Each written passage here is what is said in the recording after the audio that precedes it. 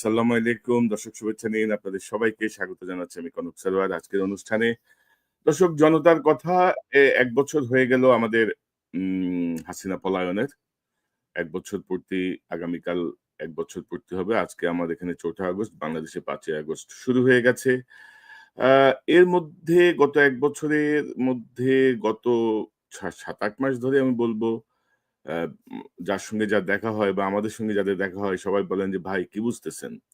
তো এই প্রশ্নটাই আমরা আজকে নিয়ে আসলাম। এটা আসলে ১ বছরের একটা মূল্যায়ন। সাধারণ মানুষ কিভাবে দেখেন? এই যে জুলাই গণঅভ্যুত্থানের পরে যে একটা বছর পার হয়ে গেল, কি বুঝতেছেন? আপনাদের কি মনে হচ্ছে? কোন দিকে যাচ্ছে? তো আমি বেশ কয়েকটা আ অনুষ্ঠান শুরুর আগে বেশ কয়েকটা কমেন্টস দেখছিলাম সাধারণ মানুষের। একজন কমেন্টস করেছেন। তিনি হচ্ছেন ডাক্তার ইশপিতা ইভা। তিনি বলছেন যে, "পারস্পরিক কাদা ছোড়াছুড়িতে বিরক্ত, আবার ফুল ফ্লেজে ফাংশন করছে মনে হয়। দেশটা না থাকলে না কোনো দল থাকবে না, না কোনো নেতা। এই সহজ কথাটা যদি এই সহজ কথাটা পলিটিশিয়ানরা বুঝতো।" পাশাপাশি আরেকজন বলছেন, আ আলাউদ্দিন সুমন। তিনি বলছেন যে, "খুব হতাশা লাগতেছে। 111 এর কিছু কথা শুনে একটু ক্লিয়ার করেন।" এবং আমি যদি জাস্ট আরেকটা কমেন্টস নিয়ে আমরা যদি যাই, আ তিনি বলছেন এমডি জাফর হোসেন, তিনি বলছেন, "কনক ভাই, আমার মনে হয় গণঅভ্যুত্থান হওয়ার পর ভারত চেয়েছিল দলে, দলে বিভক্তি হোক, একে অপরকে শত্রু ভাবুক। সেটা ওরা করতে পেরেছে। আমার কাছে তাই মনে হয়।" জাস্ট এই ৩ টা কমেন্টস দিয়ে আমি অনুষ্ঠানটা শুরু করলাম। আমার সঙ্গে এই মুহূর্তে যোগ দিচ্ছেন আপনাদের অত্যন্ত প্রিয় আ উম আলোচক, বিশিষ্ট কলামিস্ট, সাংবাদিক, মেরিন ইঞ্জিনিয়ার জনাব মিনার রশিদ। মিনার ভাই, আপনাকে স্বাগত। আপনি শুনতে পাচ্ছেন মিনার ভাই?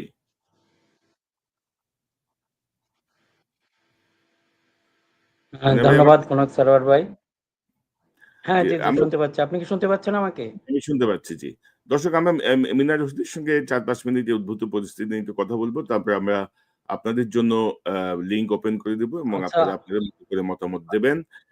মিনা ভাই, কি বুঝতেছেন? ১ বছর হয়ে গেল। কি বুঝতেছেন কি?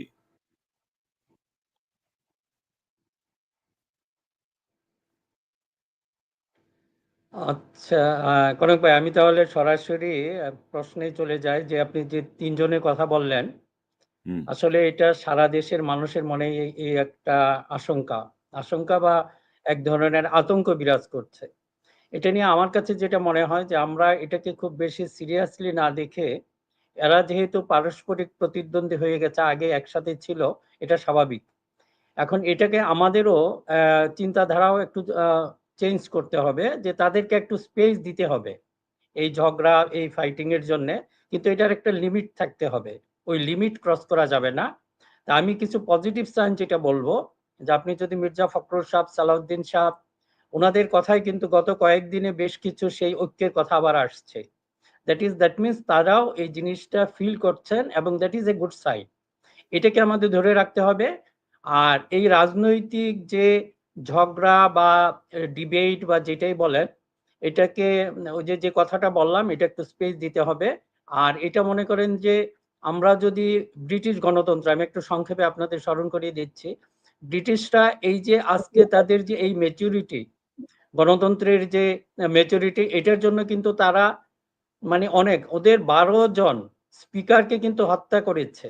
এটা কিন্তু আমাদের খেয়াল রাখতে হবে। কাজেই একই জিনিস যখন চর্চা করতে যাবে, এটা খুব স্বাভাবিক, এটা হবে। কাজে আপনাদের প্রতি অনুরোধ থাকবে, যারা আমরা খুব হতাশ হয়ে পড়ছি, সেটাও যেন না হয়ে পড়ি, কিন্তু আমাদের একটা চোখ রাখতে হবে যে তারা যেন এই লিমিটের বাইরে না যান। আপনারা হয়তো খেয়াল করেছেন আমার যে কলাম বা লেখালেখি, আমরা কিন্তু এই চেষ্টাই করে যাচ্ছি এই দুটো দলের মধ্যে বা ৩টি দলের মধ্যে, এটার মধ্যে কিভাবে স্বাভাবিক পরিস্থিতি আবার ফিরিয়ে আনা যায় বা তারা যেন একটা ট্র্যাকের মধ্যে থাকেন।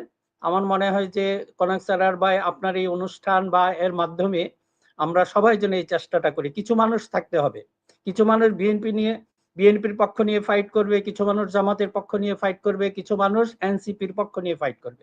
আবার কিছু মানুষের থাকতে হবে যারা তাদের মধ্যে একজন বিচারক হিসাবে ভূমিকা পালন করবে। এটার উপরই নির্ভর করে আমরা কতটুকু নিরপেক্ষভাবে, কতটুকু বস্তুনিষ্ঠভাবে আসল কথা, আসল মানে সত্য যার পক্ষেই যাক। কিন্তু আমাদের সমস্যা হলো আমরা এটাকে সহ্য করতে পারি না।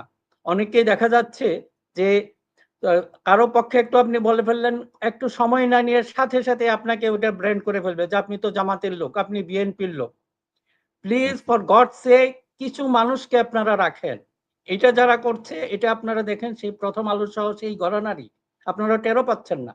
এরাই কিন্তু আপনাদের ভিতরে এই ন্যারেটিভ গুলি ঢুকাই দিচ্ছে। ও তো জামাতের লোক, ও তো সুপার জামাতি, ও হইলো বিএনপির, ও চাঁদাবাজ। কাজেই আপনাদের প্রতি বিশেষ অনুরোধ, কিছু মানুষকে আপনারা রাখেন যাদের প্রতি আপনাদের আস্থা আছে।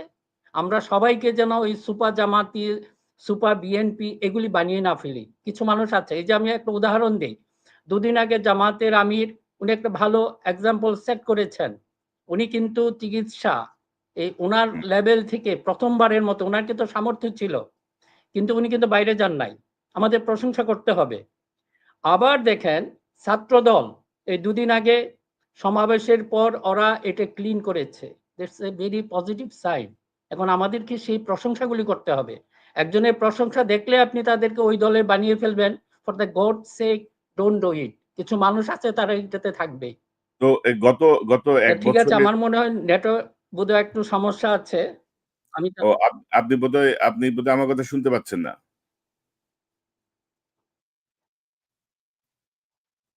হ্যাঁ, হতে জি পারে। জি শুনতে পাচ্ছি। জি জি, তো আপনার সঙ্গে আমার এই সমস্যাটা হচ্ছিল। তো মিনা ভাই, যদি আপনি শুনেন কন্টিনিউ করতে পারেন, আমাদের সঙ্গে থাকেন। আমাদের সঙ্গে অনেক দর্শক যোগ দিয়েছেন। দর্শক, আমি ইতিমধ্যে লিঙ্ক দিয়ে দিয়েছি। আপনারা সেই লিঙ্কে ক্লিক করে আমার সঙ্গে যোগ দিতে পারেন। আমাদের সঙ্গে আমি আপনাদেরকে স্টেজে নিয়ে আসি। আমাদের সঙ্গে যোগ দিচ্ছেন। আমি খুব বেশি লম্বা করব না আজকের শোটা। আমরা কথা বলতে চাই আমাদের দর্শকদের সাথে, যারা যোগ দিতে চান, যারা কথা বলতে চান। আপনাদের মতামত আমরা নিতে চাই। মিনা ভাই থাকবেন আমাদের সাথে। জনাব ফুয়াদ সাহেব, আপনার কথা শুনি। ফুয়াদ, আপনার কথা শুনি, বলেন। ওয়ালাইকুম। জি, ওয়ালাইকুম আসসালাম। বাংলাদেশের শিখ গণ অভ্যুত্থানের ১ বছর পূর্ণ হলো। এই প্রেক্ষাপটে দাঁড়িয়ে আমাদের অনেক যেরকম অর্জন আছে, সেরকম অনেক হতাশার গল্পও আছে। আমাদের স্বপ্ন ছিল একটি সুন্দর বাংলাদেশ। সকলে ঐক্যবদ্ধভাবে এগিয়ে যাবে। ডক্টর মোহাম্মদ ইউনূসের নেতৃত্বে যে ১ বছর অন্তর্বর্তীকালীন সরকার থাকবে, সেখানে বিএনপি, জামাত, হেফাজত কোনো বিভেদ থাকবে না, এগিয়ে যাবে। গঠনমূলক রাজনীতিতে এগিয়ে যাবে। কিন্তু সেখানে ক্রেডিটবাজি, কে এগিয়ে যাবে, কে বেশি অবদান রেখেছে, এগুলো নিয়ে মারামারি করে যে শহীদদের রক্তের যে দাম ছিল, সেগুলোকে বিঘ্নিত করা হয়েছে। আমাদের হাতে এখনো সেই পিচ ঢালা কালো পথকে রক্তে রঞ্জিত করার ইতিহাস লেগে আছে। সেই ইতিহাসের দ্বারপ্রান্তে যদি দাঁড়িয়ে আমরা বলি যে জুলাই বিপ্লব না হলেও হতো, আমরা ঘটিয়ে দিতে পারতাম, এই সমস্ত লোকদের ভাই আমাদের দরকার নাই। যারা দেশের জন্য অবদান রেখেছিল তাদেরকে সম্মান করেন। না হলে ভাইবেন না সে আওয়ামী লীগ যদি আমার আসে, ভুলে যায় না সেই ২০০৮ সালে আমাদের বাংলাদেশের সেনাবাহিনীকে আধিপত্যবাদ মুক্ত করতে যারা পারত বিডিআর, সে বিডিআর কে মেরে ফেলেছিল। ২০১৩ সালে আলেম ওলামাকে হত্যা করেছিল, সেই বিডিআর কে হত্যা করার যে বিচার, সেগুলো এখনো হয় নাই। জুলাই অভ্যুত্থানে সেই শহীদরা এখনো হাসপাতালের বিছানায় কাতরাচ্ছে, তাদের উপযুক্ত চিকিৎসার ব্যবস্থা এখনো হলো না। সংস্কার অবশ্যই হয়েছে, যারা জুলুমের শিকার হয়েছিল অনেকে মুক্ত হয়েছে, কিন্তু সেই কাঙ্ক্ষিত বাংলাদেশ আমরা এখনো পাইনি। এর পেছনে যারা বাধা দিচ্ছে, প্রথমে তাদের চিহ্নিত করে বের করেন। রাষ্ট্রপতি আজকে পোল্টি মারছে দেখলাম। বিগত সময় হাসিনার পায়ে সালাম করার সুযোগ খুঁজতো যে, সে আজকে পোল্টি মেরে জুলাই অভ্যুত্থানে সহযোগিতা করছে। এইসব মুনাফিকদের থেকে সতর্ক থাকা দরকার। এদের আমাদের দরকার নাই। যারা রাজপথে ছিল যথাযথভাবে তাদেরকে মূল্য দেন। তাদেরকে মূল্য না দেওয়ার কারণেই আজকে দেশের এই পরিণতি। যারা জি, বিগত ধন্যবাদ। সময়ে আন্দোলনে এক আঘাত যাদের হাতে লাগে নাই, তাদেরকে সরকারে বসানো হয় নাই, তাদেরকে নেতৃত্বে বসানো হয় নাই, সেই জন্য আজকে এই পরিণতি। দেশের এই ক্লান্তি লগ্ন এখনো আছে, কাটে নাই। আওয়ামী লীগ এখনো উকিঝুঁকি দেওয়ার চেষ্টা করছে। আমি বিশ্বাস করি তারা উকিঝুঁকি দিতে পারবে না, কিন্তু চেষ্টা করছে। গুপ্ত হত্যার জন্য অনেক অস্ত্রবাজি করছে, অনেক জায়গায় তাদের প্রচারণা চালাচ্ছে। এগুলোকে রুখে দেওয়ার জন্য আমরা কতটুকু অ্যাক্টিভ, এবং কাঙ্ক্ষিত ফলাফলের দিকে সকল রাজনৈতিক দলের ঐক্যের দিকে আমরা কতটুকু অ্যাক্টিভ। জি, একটা জুলাই ধন্যবাদ, সনদকে ধন্যবাদ, প্রণয়ন ধন্যবাদ মুবতাসিম ফুয়াদ। ধন্যবাদ। আপনার কথাকে আমরা ধরতে পারছি। সবাইকে ঐক্যবদ্ধ থাকতে হবে, বিভ্রান্ত হওয়া যাবে না। আমরা কথা বলি জনাব ফারুক, আপনার কাছ থেকে শুনি। আসসালামু আলাইকুম। ওয়ালাইকুম আসসালাম ভাই, বলেন। ভালো আছেন কনক ভাই? জি জি, আছি ভাই, মিনার বলেন। ভাই, সবাই ভালো থাকেন ইনশাল্লাহ। জি। আমি সৌদি থেকে বলছি। আসলে আমরা এই জুলাই বিপ্লবে ১ বছর হয়ে গেছে। আমাদের কাঙ্ক্ষিত যে পাওয়া সেটা আমরা অনেকটা অনুপস্থিত। একেবারে যে না তা সেটা বলব না। আমরা একটা জিনিস পেয়েছি সেটা হলো যারা আপনার বিভিন্ন মামলায় জেলে ছিল তাদেরকে মুক্ত হইছে তারা, রাজনীতি নেতারা। এবং আপনার এই কথা বলার স্বাধীনতাটা আমরা পাইছি। এই যে এখন যেভাবে বলতে পারছি, মানে ভয় নেই যে বাড়িতে কোনো আক্রমণ হবে এরকম কোনো ভয় নেই। যতটুকু আমরা আশা করেছিলাম এই সরকারের কাছ থেকে সেটা আমরা আশাহত হয়েছি। তো আমরা আশা করব আপনাদের মাধ্যমে যদি তারা আমাদের কথা শুনে, ওনারা তো শুধু শুনেন, কিছু বলেন না বা জানার চেষ্টাও করেন না। ওনাদের কাছে তো জাতীয় নেতৃবৃন্দরাও বলেন, ওনারা এই অভিযোগ করেন, ওনারা শুধু শুনেন আর চা গল্প করেন তারপর ছেড়ে দেন, বাস। তো আমরা আশা করব আপনারা অতি দ্রুত এই জি রাষ্ট্রটাকে, আপনার অনৈক্যের কারণটা কিন্তু এই কারণে, এই যে আপনার যত সময় নেবে তত আমরা যতই চেষ্টা করি কিন্তু রাজনৈতিক নেতাদের প্রতি যে একটা সম্মান বোধ সেটা রাজনীতির নেতারা পরস্পরের প্রতি সেটা রাখে না। দুর্ভাগ্যজনক আমাদের, আমরা 17 বছর এত মানে নির্যাতনের শিকার, গুমের শিকার হওয়ার পরে প্রত্যেকটা দল, হয়তো সংখ্যায় বেশি বিএনপির জন্য বিএনপি বেশি নির্যাতিত, তাদেরকেও এখন ট্যাগ লাগানো হচ্ছে তারা রয়ের এজেন্ট। এটা ভারতের দুঃখজনক ভাই, দুঃখজনক। নিয়ন্ত্রণে ভাই বাংলাদেশের ইন্টারনেট, আমাদের জি গেটওয়ে গুলি সব ভাই ভারতের আপনি নিয়ন্ত্রণ। আপনি আপনি জি এইভাবে কথা বলবেন না প্লিজ।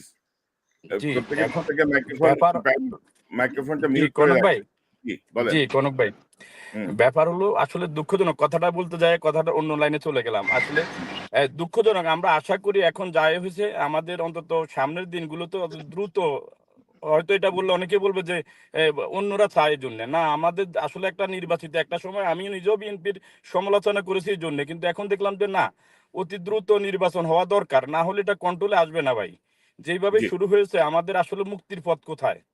আমরা তো ভালো থাকতে চাই, দেশে চাঁদাবাজি আছে, এই দেশে একবার কখনো চাঁদাবাজির বাইরে ছিল না, জি কিন্তু ধন্যবাদ এখন ফারুক সাহেব। অনেক। জি জি ভাই, আচ্ছা ঠিক আছে, ফারুক সাহেব ধন্যবাদ। ধন্যবাদ আপনাকে আপনাকে হয়তো আপনার বেশি কথা বললে মতামতের অন্যের জন্য। জন্য সমস্যা হবে। জি ধন্যবাদ। আপনার মতামতের জন্য ধন্যবাদ। জনাব এয়ার মোহাম্মদ, আপনি আনমিউট করে আপনার কথাটা বলেন।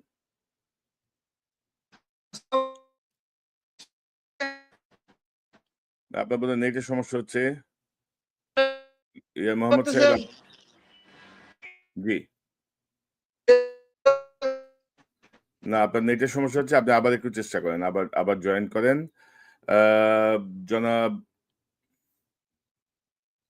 জি আব্দুল্লাহ আল মামুন সাহেব শুনতে পাচ্ছেন আমাকে?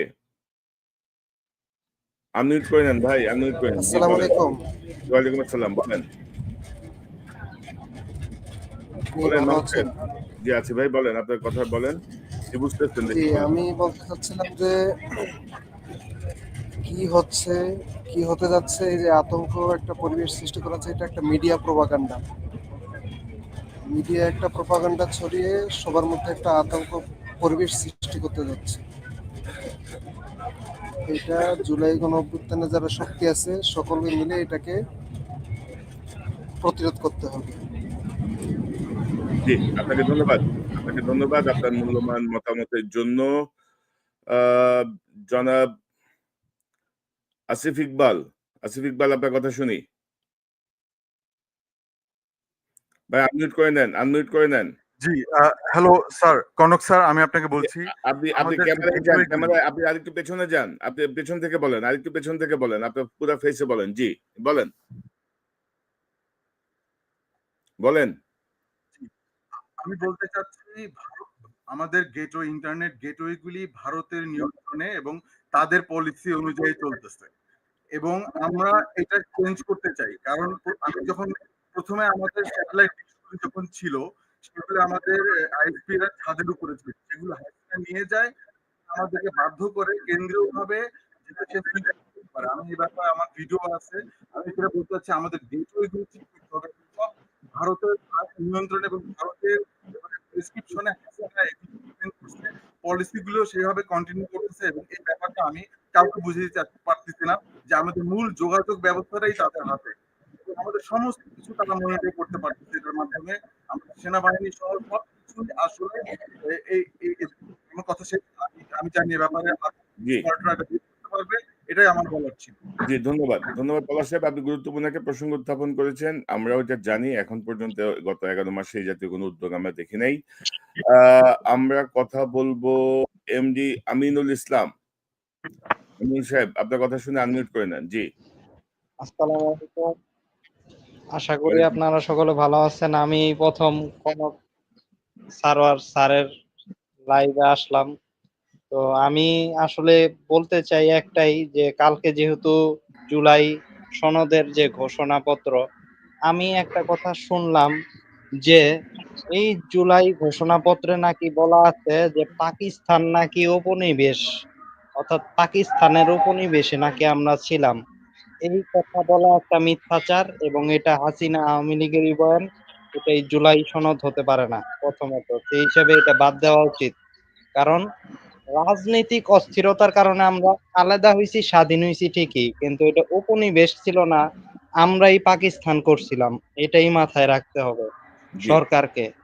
এবং আওয়ামী লীগের বয়ান এভাবে ঢুকানো চলবে না। জি, প্রথমত ধন্যবাদ। এক, দ্বিতীয়ত যারা মজলুম তারা এখন জালেম হয়ে আপনারা বলবেন যে অমুকের স্টেক নাই, তমুকের স্টেক নাই। আমরা জানি পরিষ্কার কথা, এইসব নিয়ে বিতর্ক কইরেন না। মনে রাখতে হবে ৭১ সালে মুজিব একই কাজ করছিল, ৭১-এর পর ৭৫ কিন্তু আসছিল। এটা মনে রাখতে হবে। এটা জি, মনে রেখেই যারা বলতাছেন যে সাদিক কায়েমের কোনো ভূমিকা নাই হেনতেন, তারা ভুল পথে আছেন। তারা একা হয়ে যাওয়ার প্রতিযোগিতায় লিপ্ত। জি, সুতরাং ধন্যবাদ। এগুলি করা ধন্যবাদ যাবে ওয়াফি না। হাসান। সবারই ওয়াফি স্টেক আছে, হাসান। যার যার জায়গা থেকে বিভিন্নভাবে কাজ। জি, ওয়াফি হাসান, আপনাকে ধন্যবাদ। আমরা বুঝতে পারছি আপনার আপনার বক্তব্য। আমরা কথা বলবো জনাব উম এটাই নাকি সত্য কথা। এই জন্য এগুলি আসসালামু আলাইকুম রহমতুল্লাহ। আমি লন্ডন থেকে বলছি। জি, বলেন। জি, আমি একটা কথা বলতে চাই, রক্তস্নাত গণ অভ্যুত্থানের মধ্য দিয়ে যেই সরকার প্রতিষ্ঠিত হয়েছে গত ১ বছরে, বাংলাদেশের আইন শৃঙ্খলা বাহিনীর যে নজিরবিহীন অবনতি, সেনাবাহিনী মাঠে থাকার পরেও বাংলাদেশের আইন শৃঙ্খলা বাহিনীর এমন অবনতি এক সময় ঘটছিল, যেটা হচ্ছে হাসিনার ফ্যাসিস্ট আমলে। গত ১৭ বছরে আমরা দেখেছি সেনাবাহিনীকে পুতুল আকারে হাসিনা ব্যবহার করে আসছে। ঠিক তেমনি ভাবে এই রক্তস্নাত গণ অভ্যুত্থান পরবর্তী সময়ে প্রফেসর ডক্টর মোহাম্মদ ইউনূস বারবার এই সেনাবাহিনীকে মাঠে থাকার পরও আইন শৃঙ্খলা বাহিনী চিরুনি অভিযান কিংবা বিভিন্ন অভিযানের নাম করেও আইন শৃঙ্খলাকে সঠিক রূপে ফিরিয়ে না আনা, এটা আওয়ামী লীগকে অনেকটা প্রশ্রয় দিয়েছে। যার কারণে আমরা দেখতে পাই সেনাবাহিনীর মতো জায়গা থেকে যে হলে ৪০০ লোককে একসাথে ট্রেনিং দেওয়া হচ্ছে। তাহলে এগুলো সার্বিক আইন শৃঙ্খলা পরিস্থিতির অবনতির সামষ্টিক উদাহরণ। তো আমরা মনে করি যে এই প্রফেসর ইউনূসের কি কোনো ধরনের দুরভিসন্ধি আছে যে বাংলাদেশের আইন শৃঙ্খলা পরিস্থিতি অবনতির মধ্য দিয়ে উনি কি নতুন করে উনার কোনো ক্ষমতার বন্দোবস্ত তৈরি করতে চান কিনা, এই বিষয়টা আমি মনে করি মিনা রশিদ ভাই কন্টিনিউয়াসলি আপনি লেখেন, আপনার লেখার আমি একদম বড় ফ্যান। এবং কমিশনার ভাই আপনি তো বলেনই সবসময় এগুলা আপনারা ভালোভাবে অ্যাড্রেস করেন, কারণ আমরা বাংলাদেশের আইন শৃঙ্খলা পরিস্থিতি নিয়ে বরাবরই উদ্বিগ্ন। কারণ আমরা ২৪ জুলাই আন্দোলনের পরবর্তী সময় বাংলাদেশে রাজনৈতিক পরিস্থিতি যেদিকে যাক, সাধারণ জানমালের কোনো ক্ষয়ক্ষতি এবং সাধারণ জনগণের সার্বিক নিরাপত্তা নিশ্চিতের বিধান নিশ্চিত করতে চাই। ধন্যবাদ সবাইকে। জি, ধন্যবাদ। ধন্যবাদ কাজী তানিম সাহেব আপনার মূল্যবান মতামতের জন্য। আমরা কথা বলতে চাই জনাব জহিরুল ইসলাম সুমন। জি, আসসালামু আলাইকুম কনক ভাই এবং মিনার ভাই। আমার কথা হচ্ছে যে আমরা যে কাঙ্ক্ষিত একটা স্বাধীনতা অর্জন করার জন্য আমরা আন্দোলন সংগ্রাম করে ২৪-এ হাসিনার মতো ফ্যাসিস্টকে আমরা বিতাড়িত করেছি। সে আমাদের এই মানে সফলতাটা আমরা আসলে ভোগ করতে পারি নাই। তার একমাত্র একটা কারণ আমি এটা এখানে বিশেষ করে আমার কাছে মনে হচ্ছে যে ক্যাডেটবাজি জিনিসটার জন্য আমাদের মধ্যে বিভাজন সৃষ্টি হয়েছে।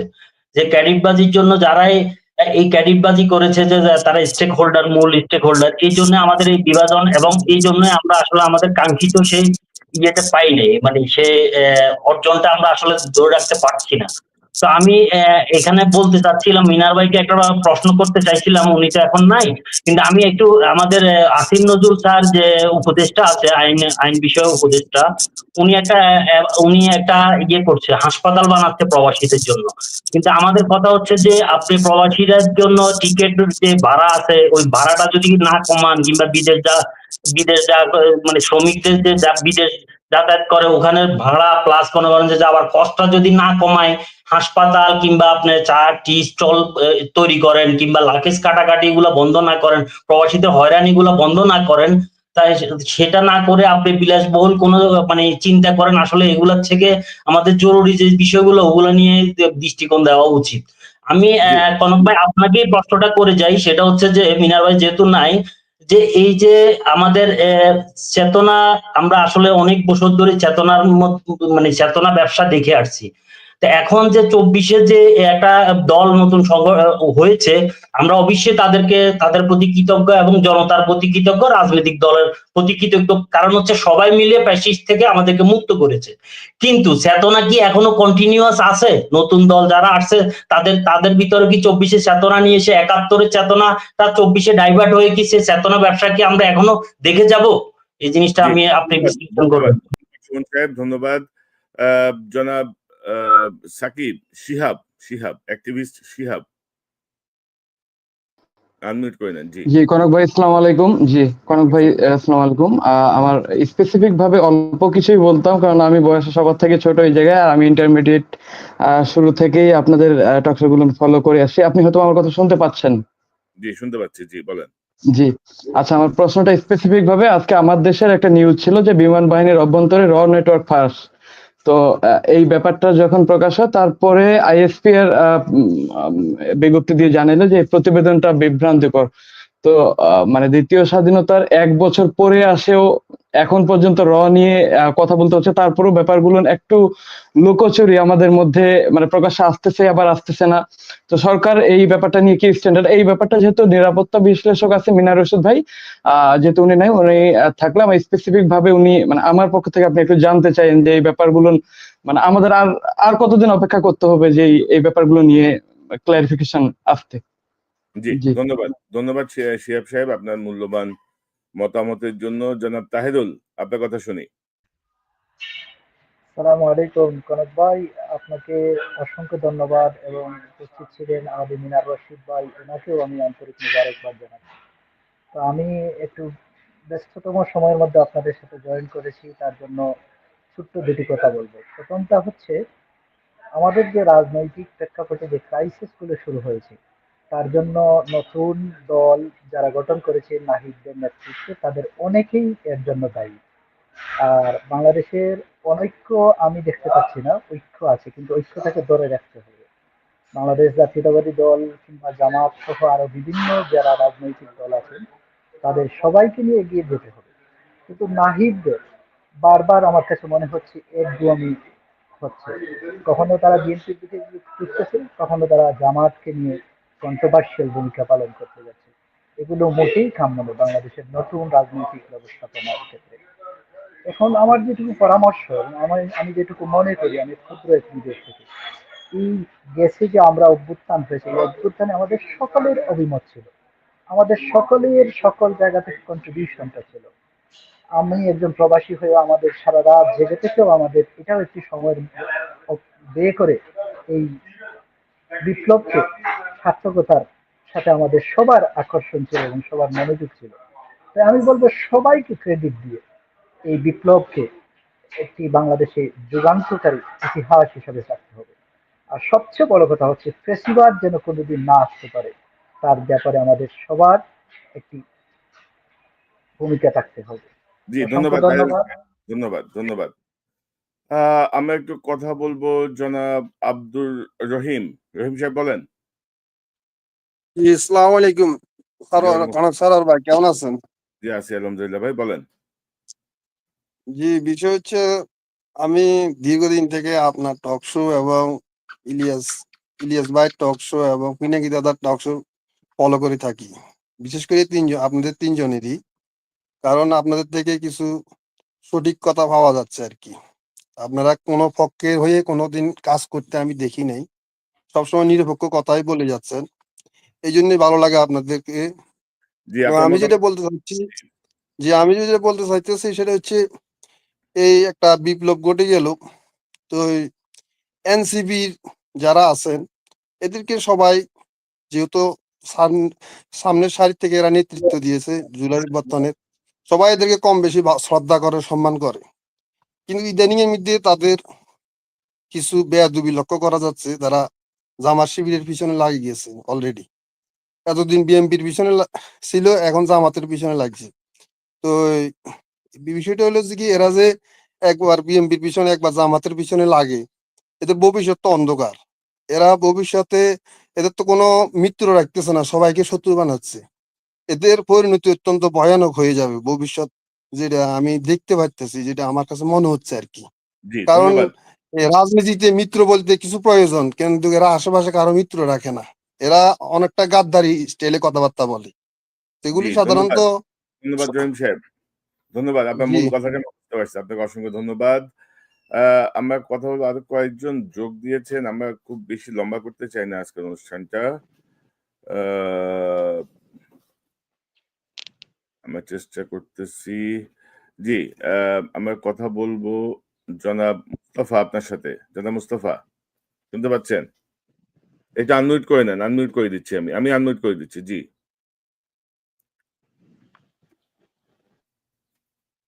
আনমিউট হয় নাই এখনো আপনার, আনমিউটটা করে নেন। আমি জি, করেছি। জি, আসসালামু আলাইকুম। জি, কনক ওয়ালাইকুম ভাই, thank you very much for allowing me. আমার কথা হলো, আমাদের এখন সবচেয়ে বড় দরকার জাতীয় ঐক্য। হ্যাঁ, আমাদেরকে ডিভাইড করে পলিসি চলছে, সমস্ত কূটকৌশল চলছে মানুষকে, বাংলাদেশের জনগণকে ডিভাইড করে দেওয়ার জন্য। জি, আমরা যত ইউনাইটেড থাকবো ততই আমাদের এই আন্দোলন, যেটা জুলাইয়ে হয়েছে রক্তাক্ত বাংলাদেশ, সেটা তার তার ফসল ঘরে তুলতে পারবে। আদারওয়াইজ আমরা ফেল করে যাব। আমাদের মনে রাখতে হবে, আমাদের দেশের স্বাধীনতা আছে বলেই আমাদের অস্তিত্ব আছে। দেশের স্বাধীনতা যদি না থাকে আমাদের অস্তিত্ব থাকবে না। তো সেটাই আমি আপাতত আপনাদের নলেজে দিয়ে দিলাম। আমরা যে অবস্থায় আছি না কেন, দেশ নিয়ে কোনো কম্প্রোমাইজ হবে না। ইনশাআল্লাহ আপনারা আমাদের সাথে সবাই থাকবেন।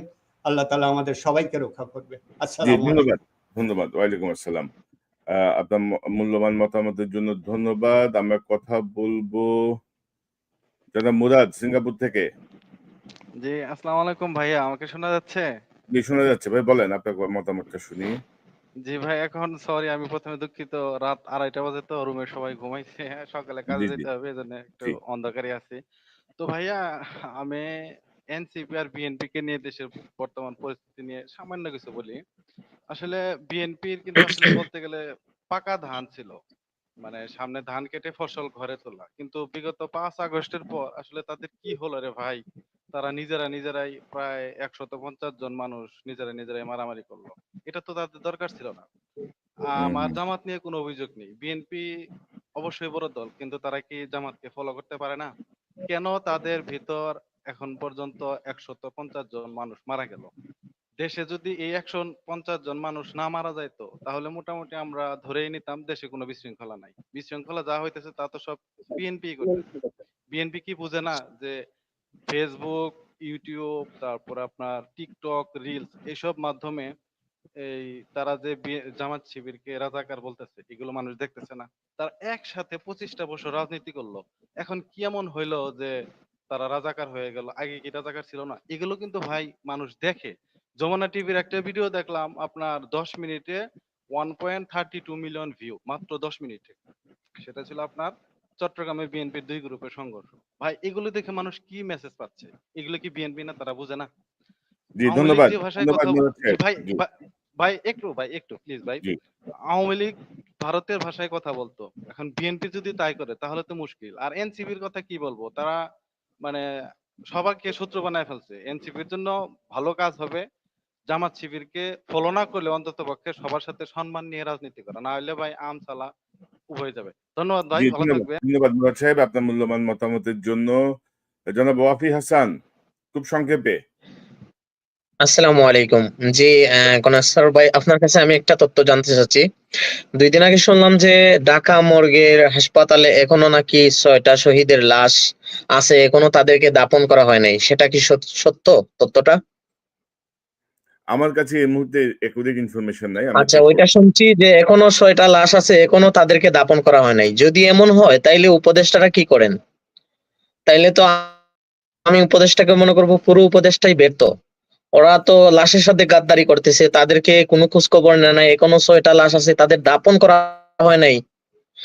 অতি তাড়াতাড়ি যদি সেটা সঠিক হয়ে থাকে তাইলে অতি তাড়াতাড়ি আমি বলবো উপদেষ্টারা এটার প্রতি নজর দিয়ে লাশগুলা দাফন করে ডিএনএ টেস্ট করে তাদের পরিবারের সাথে সাক্ষাৎ করে তাদের কাছে প্রকাশ্যে ক্ষমা চাওয়া উচিত বলে মনে করি উপদেষ্টাদেরকে। জি, ধন্যবাদ আপনাকে। আসসালামু আলাইকুম। ওয়ালাইকুম আসসালাম। দর্শক, আমরা খুব বেশি আর লম্বা করতে চাই না। জনাব, কি নাম আপনার? আমার নাম সাইদ হোসেন। জি? আমার নাম সাইদ হোসেন। জি, বলেন, আপনার কথা শুনি, বলেন।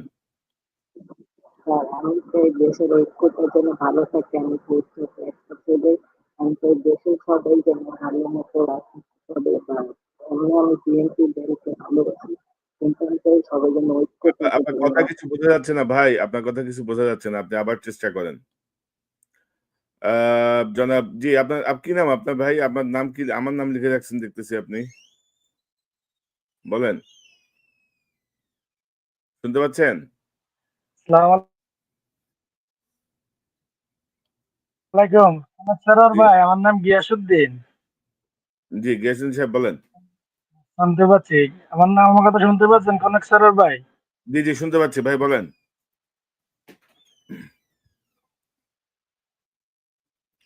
আপনার নেটওয়ার্কের সমস্যা হচ্ছে গিয়াসউদ্দিন সাহেব। আমার খুব কথা সংক্ষেপে শুনতে বলেন। পাইতেছেন নি সরোয়ার ভাই? আপনি বলেন, আমরা শুনতে পাচ্ছি। ভাই কনক সরোয়ার ভাই, একটা গ্রুপ আছে, খালি মনে করেন যে বিএনপির অপপ্রচার নিয়ে ব্যস্ত। আসলে দেশের মধ্যে হইতাছে কি, এটা তো কেউ ফলো করে না। এটা সর্বপ্রথম কিন্তু আমাদের দেখে একজন ভাই বইলা গেল বিএনপির নামে জামাতরে ফলো করতে। জামাতরে ফলো করার কিছু নাই। জামাতের শুরু থেকে শেষ পর্যন্ত দ্বিচারিতা। এদের এদের ফয়দার জন্য, এদের লাভের জন্য এরা ইবলিশের সাথে এরা বন্ধুত্ব করে। ঠিক আছে নি? আমরা আমরা আমরা বয়স অনেক ছোট, আমরা ছোট থেকে যেটা দেখতেছি, এরা যখন যার সাথে মনে হয় তার সাথে এরা সঙ্গ দেয়। জামাতে তো ফলো করার কিছু নাই। আর সবাই এখন বিএনপি চাঁদাবাজ, বিএনপি লুট করছে, বিএনপি এটা করছে, ওইটা করছে, নানান কথা বলতেছে, কিন্তু এটা তো সঠিক না।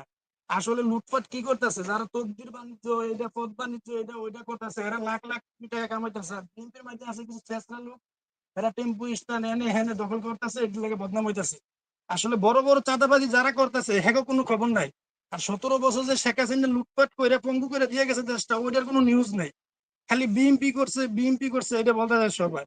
জি, আপনারা মিডিয়ার ধন্যবাদ। মাধ্যমে একটু দেখান বিএনপি কিন্তু একটা স্বীকার করে নাই, কিন্তু কেউ ওই কথাটা জি, বলে না। জি, ধন্যবাদ। ঘর ধন্যবাদ বাড়ি ব্রাদার। ছাড়া বহুত নেতা কর্মী দেশ বিদেশ চলাফেরা করছে, কিন্তু আজকে ওই ওই ওই ওরকম কোনো নিউজই নাই, মিডিয়াতে নাই বিএনপির ব্যাপারে। বিএনপি খালি লুট করতেছে, চাঁদাবাজি করতেছে। শেষরা একজনের টেম্পু স্ট্যান্ডে কয় টাকা উঠাইছে, অমুক করছে, অমুক করছে। বিএনপি তো ছোট দল, যেটি আওয়ামী লীগের লোক আগে মনে করেন যে কি করছে, যে লুটপাট করছে, চাঁদাবাজি করছে, ওই বিএনপির লোকে আঘাত করে হেরাই লুটপাট করতেছে, কিন্তু নামটা দিয়ে রাখছে বিএনপি। আমরা তো দেশে জি, বসবাস করি, আমরা বাইরে থাকি, আমরা দেশে যাই, খবরাখবর জানি। আমরা তো প্রতি 1 বছর 2 বছর পরে দেশে যাই। আমরা দেশের পরিস্থিতি দেখছি তো, ছোট ছোট বাচ্চা পোলাপান এরা লুট করছে, হেরাই লুট করে, অথচ বিএনপির সাইনবোর্ড লাগাই রাখছে। জি, এটা তো ধন্যবাদ। ডক্টর। ধন্যবাদ, ধন্যবাদ। আপনার কথা বুঝতে পারছি আমরা। দর্শক, আমরা এখন মিনা ভাইয়ের কাছ থেকে একটু শুনি। মিনা ভাই, কি বুঝলেন দর্শকদের যে মতামত? মানে ধরেন যে কথা আসছে যে এনসিপি মধ্যে এক ধরনের আমিত্ব দেখা যাচ্ছে। আসলে জুলাই বিপ্লবটা তো সাধারণ মানুষের। মানে এনসিপির এখন যারা আছেন তারা নেতৃত্বে ছিল। কিন্তু এখানে ধরেন বিএনপি বলেন, জামাত বলেন, শিবির বলেন, সাধারণ মানুষ, খেটে খাওয়া মানুষ, একটা ফল বিক্রেতা, একটা রিক্শাওয়ালা, প্রত্যেকেই এই আন্দোলনটায় যোগ দিয়েছিল, তাই না? তো এটা নিয়ে কেউ কেউ ক্ষোভ প্রকাশ করেছেন। এনসিপির যেভাবে সবাইকে শত্রু বানাচ্ছে, বিএনপিকে, জামাতকে, সেই জায়গাটা নিয়ে তারা আপত্তি করছেন। পাশাপাশি ধরেন বলার চেষ্টা করছেন যে একজন জানতে চাচ্ছিলেন যে রয়ের যে হস্তক্ষেপ বাংলাদেশের রাজনীতি, প্রশাসন এবং অন্যান্য জায়গায়, এটা থেকে আমরা কেন বের হতে পারছি না? আপনার একটা ক্লোজিং সার্বিকভাবে আপনার একটা মতামত নিতে চাই। আসলে আমরা দর্শকদের যে কথাগুলি শুনলাম, এটা আসলে রিপ্রেজেন্ট করে সারা দেশের মানুষের যে কনসার্ন বা এটাই। আর এনসিপি কে নিয়ে যে কথাটা, যে বিশেষ করে জুলাই বিপ্লব, জুলাই অভ্যুত্থানের এখানে যে কন্ট্রিবিউশনটা ছিল, আমরা কেন যেন শুধু নিজের অংশটুকু দেখি। এই যে মনে করেন, হ্যাঁ, এটা একটা হলো ফসল বোনা, ফসলকে সেটাকে পরিচর্যা করে সেটাকে বড় করা।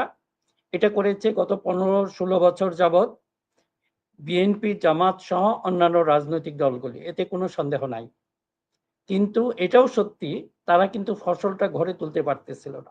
এটার মেইন কারণ ছিল যে মানুষের রাজনীতির উপর এক ধরনের এই যে ডিপলিটিসাইজেশন, এটা নিয়ে কিন্তু আমরা সেই লেখালেখি করছি সেই অনেক আগে থেকে। এইটা কারণে এমনভাবে করে দিচ্ছে, যখন ছাত্রদল বা ছাত্র শিবিরের কোনো ছেলে আহত হতো, নিহত হতো, সাধারণ সেই সেন্টিমেন্টটা, পাবলিক যে সেন্টিমেন্ট, সেটা পাওয়া যেত না।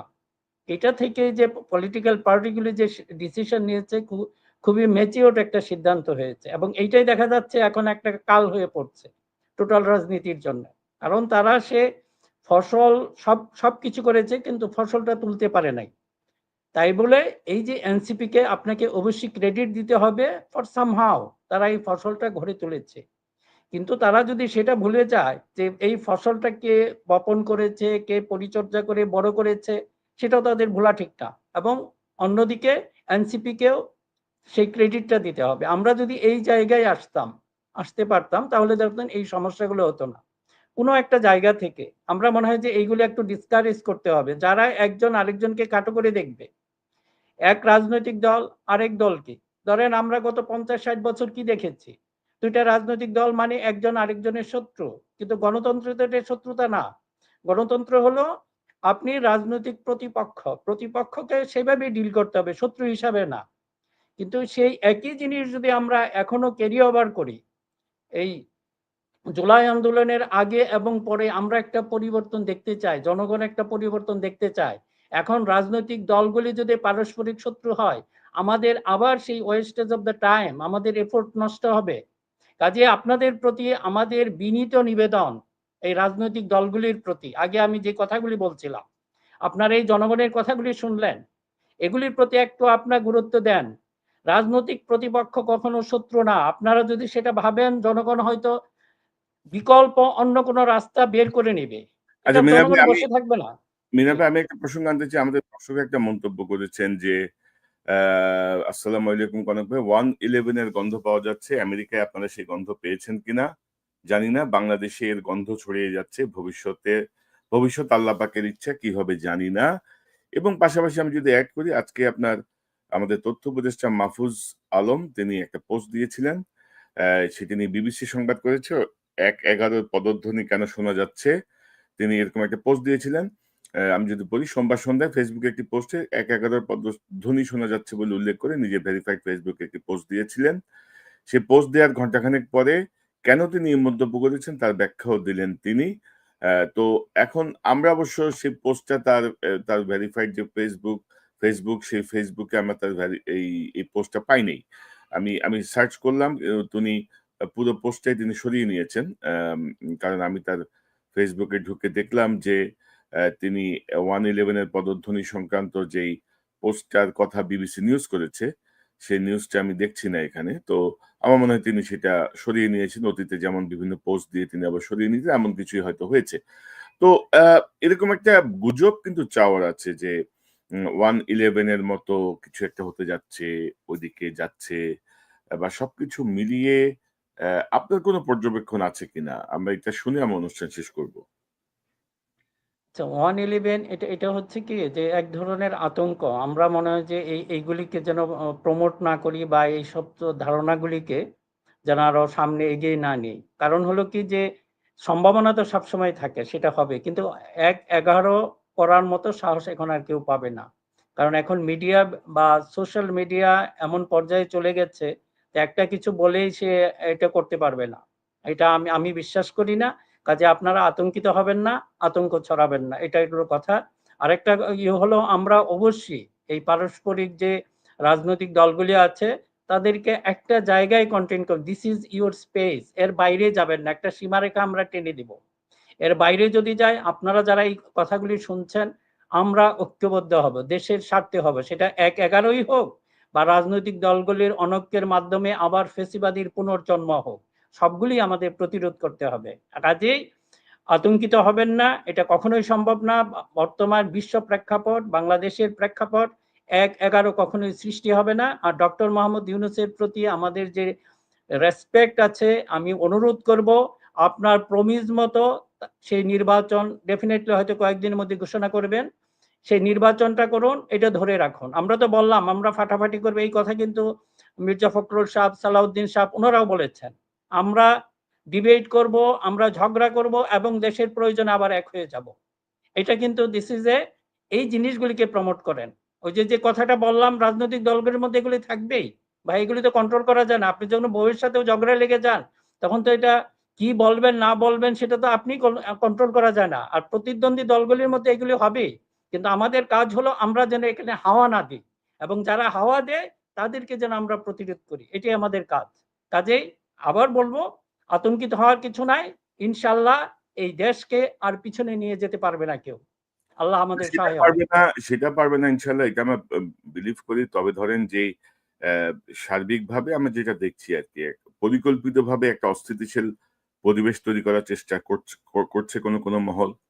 মানে সেনাবাহিনী ম্যাজিস্ট্রেসি পাওয়ার নিয়ে মাঠে থাকার পরেও যেই পরিবেশ থাকার কথা ছিল সেটা নাই, তারা অনেকটাই ইনঅ্যাক্টিভ এবং নানা মহল থেকে নানাভাবে কিছু বিষয় চলছে। সেই জায়গাগুলো নিয়ে আসলে আমরাও কিছুটা উদ্বিগ্ন বলা চলে আর কি। তো এখন দেখা যাক, হোপ ফর দ্য বেস্ট। আমরা আশা করি যে সাধারণ মানুষ যেভাবে অংশ নিয়েছিল, মানে গণ অভ্যুত্থান বা গণবিপ্লব সফল হয় তখনই যখন সাধারণ মানুষ যোগ দেয়। এখন যারা নেতৃত্বে আছেন তারা এখন অনেক কথা বলবেন, অনেকে অনেক রকমের ক্রেডিট জারি দিচ্ছেন। ৫ই আগস্টের পরে অনেকে যুক্ত হয়েছেন, তারা এখন আরো উচ্চকণ্ঠ। তো আমার মনে হয় যে সাধারণ মানুষ সজাগ, অনেক কিছু করে আর সুবিধা হবে না। মিনার রশিদ, আপনাকে অসংখ্য ধন্যবাদ যোগ দেওয়ার জন্য। দর্শক যারা অংশ নিয়েছেন তাদের প্রত্যেককে ধন্যবাদ জানাচ্ছি। আজকে আর আমরা অনুষ্ঠান দীর্ঘ করব না, এখানে অনুষ্ঠান শেষ করব। আবার কথা হবে মিনার ভাই, ভালো থাকবেন। দর্শক এতক্ষণ যে অনুষ্ঠান শুনলেন, নিশ্চয়ই আপনার এই আলোচনা মর্মার্থ উপলব্ধি করতে সক্ষম হবেন। পরিস্থিতি ভালোই বলবো আমি এক অর্থে, কারণ শেখ হাসিনার পালিয়ে যাওয়ার ১ বছর পূর্ণ হয়ে গেছে। এই ১ বছরে অনেক কথা শুনেছি। চট করে তিনি ঢুকে যাচ্ছেন, পট করে তিনি চলে আসবেন, হ্যান করবেন, ত্যান করবেন। তো এগুলো করে আসলে আওয়ামী লীগ তার যে গত ১ বছরে তাদের মধ্যে কোনো অনুশোচনা আমরা দেখি নাই, তাদের মধ্যে কোনো দুঃখ আমরা দেখি নাই। তারা সেই পুরাতন বয়ান তারা বাজিয়ে যাচ্ছেন, ভাঙা রেকর্ডের মতো বাজিয়ে যাচ্ছেন এবং জনগণ ক্রমাগত এই বয়ানগুলোকে প্রত্যাখ্যান করছেন। আর একটি গণ অভ্যুত্থানের পরে এই জাতীয় পরিস্থিতি সকল দেশেই হয়েছে, পৃথিবীর ইতিহাস তাই বলে। তবে আমাদের আনফরচুনেটলি আমরা ডক্টর ইউনূসের উপরে যে আস্থা রেখেছিলাম, ডক্টর ইউনূস কিছু অপদার্থ লোককে তার সাথে নিয়ে সেই আস্থার পূর্ণাঙ্গ বাস্তবায়নের ক্ষেত্রে নিজেই প্রতিবন্ধকতা তৈরি করে রেখেছেন। তো আমরা আশা করি এর একটি অবসান ঘটবে। পাশাপাশি আমাদের যে প্রধানতম রাজনৈতিক দল বিএনপি সহ জামাত বা অন্যান্যরাও যথাযথভাবে ডক্টর ইউনূসের এই অপদার্থ সরকারকে গাইড করতে পারে নাই। তাদেরকে যে চাপ দেওয়া দরকার ছিল, সঠিক লাইনে রাখার জন্য যে পদক্ষেপ নেওয়া দরকার ছিল, সেটিও হয়নি। তো একতরফা ডক্টর ইউনূস বা এই মুরব্বী সরকারকে নিয়ে কিছু বলার নেই। আমরা আশা করি, আমরা পর্যবেক্ষণে রাখছি, আশা করি পরিস্থিতির উন্নতি হবে এবং একটি সুষ্ঠু নির্বাচনের মাধ্যমে বাংলাদেশ গণতন্ত্রের ধারায় ফিরে আসবে। দর্শক আপনাদেরকে ধন্যবাদ জানাচ্ছি যারা অনুষ্ঠান দেখলেন। এই চ্যানেলটি সাবস্ক্রাইব করে আমাদের পাশে থাকুন, এই চ্যানেলের মেম্বারশিপ নিয়ে আমাদের পাশে থাকুন। আবারও দেখা হবে ইনশাআল্লাহ। আসসালামু আলাইকুম।